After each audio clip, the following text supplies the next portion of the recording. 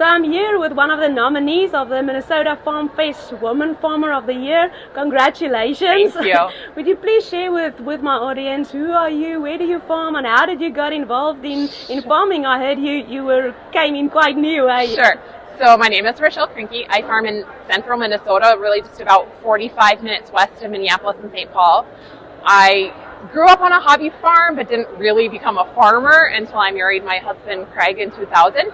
So we have a dairy farm. We milk about 550 cows, raise all of our young stock in about 1,000 acres for feed, and we're both there full time with 12 employees. Wow. And I also heard that you started to learn Spanish to communicate better. Tell us what It's was hard. it? It's hard if you can assume someone can learn a second language as an adult. I've taken one farm-specific Spanish course geared towards dairy. I need to take one or two more just to try and bridge the gap of communication and make my employees feel welcome. Okay. And what is your role on the farm? I wear a lot of hats every day. I take care of all of the young stock. So any animal from birth until calving are really under my care or oversight. I do all of the farm financials, all of the herd health paperwork, and I help out with the agronomy part of the operation quite a bit as well. Wow. And how do you juggle all of these responsibilities? You also have kids, you're raising a family. Sometimes the bathroom's not clean. My parents help out a lot when the kids were little, and even now running for parts. I don't do a lot of that. My parents do a lot of that kind of in-between stuff, so they've been a huge support, and it's our lifestyle, so you don't have a lake home. You're doing a lot of farming, but we all support each other and get it done.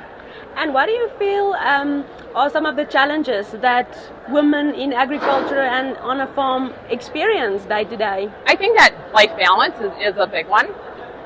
Your farmer is coming in, he doesn't necessarily want to do the dishes and clean up the kids, even though you both just farmed full time.